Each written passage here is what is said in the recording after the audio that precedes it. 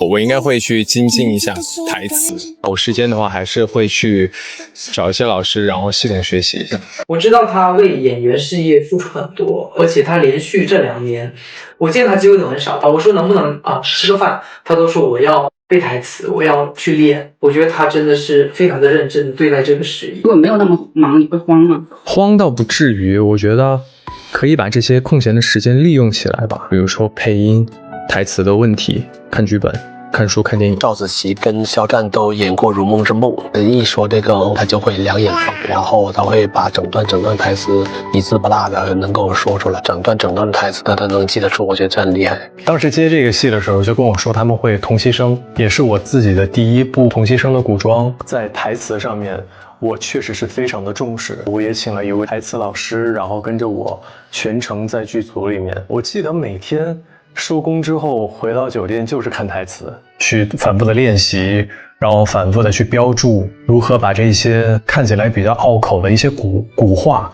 然后把它说的比较的顺畅，也能让对手演员知道你在说什么。甚至其实我跟导演在现场，我们经常会讨论一个点，说我们说这个话观众能听懂吗？我们要怎么样去把生涩的一些言语就是说出来，让观众能知道我们在说什么。我觉得这个也很重要。就是他对于台词有特别高的要求，他对于每一句话，这句话我为什么要说，去怎么说，怎么表现它他都有自己的想法。从肖战的这个表演上，你可以看到他对于台词的表现力，对于这些表演的把握。那同期声其实是一个很好的加分项。他是在不断的精进你，不断的在演员的这条路上在精进自己无论是他的台词还是他的表演。经常跟他在一起拍戏的时候，我会自我告诫自己，我要更加的努力。为啥？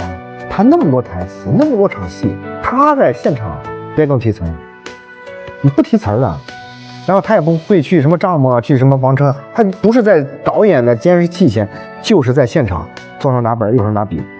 我觉得他那个本要是当时我要是能拿到手里，那真是能看到很多他的一些新东西。刚开始拍，因为我也没有拍过，很多生僻字对我来说，包括那种语言的表达，不能像我们平时说话这么快，有它的调调的。所以说现场给我调整台词的时候，其实对我来说是一个挺大的挑战。但是我跟肖战在拍那场戏的时候，我发现他没有这样的障碍，就是好像导演随时调，他也可以随时调整，也不用背一遍，也不用什么，就会那样直直的看着你的眼睛，然后把新改的台词从头说一遍，挺厉害的，好厉害。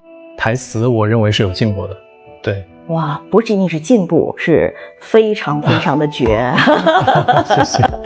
所以请肖战来，对我来说是一个非常正确的选择。到后来他还参与一些就剧本的意见什么，剧本有些地方我们还跟着他说的一些问题，我还做了一些修改。肖战的认真，对于项目的这种专注，这种东西其实口碑是早就已经在那了。我觉得每个人成功都是有道理的没有人能随随便便成功嘛。挺满意那当然了，不满意那我就不接受你采访。